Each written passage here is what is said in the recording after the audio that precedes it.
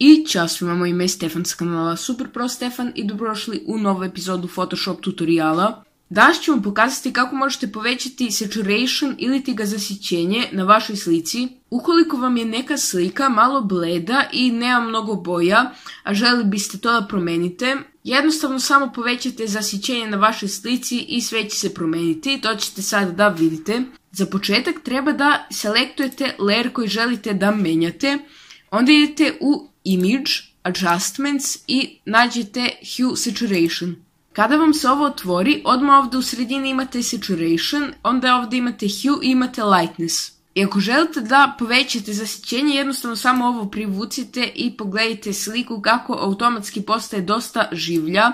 Odmah ima dosta boja. Također nemojte da preterate sa zasićenjem, jer ako previše povećate, onda će slika malo da vam se zezne. Pored toga ovdje imate i Hue. Šta je to? To je jednostavno ako želite da promenite skroz boje na vašoj slici. Ako ja sad želim da mi slika bude plava ili tako nešto, ukoliko želite da napravite neku futurističku sliku, onda ovo možete da promenite. Onda pored toga imate i lightness, ali ja ovo ne volim da koristim. To je jednostavno ako želite da ubelite sliku, da bude bleđa ili da je utamnite. Ako želite da osvetlite vašu sliku, ovo nemojte da koristite, koristite brightness. U sljedećem videu ćemo da radimo brightness i kontrast. Ako želite da vam slika bude crno-bela, jednostavno samo smanjite saturation i ona će da izgubi sve boje i ostaće samo crna i bela. I tako ste dobili crno-belu sliku.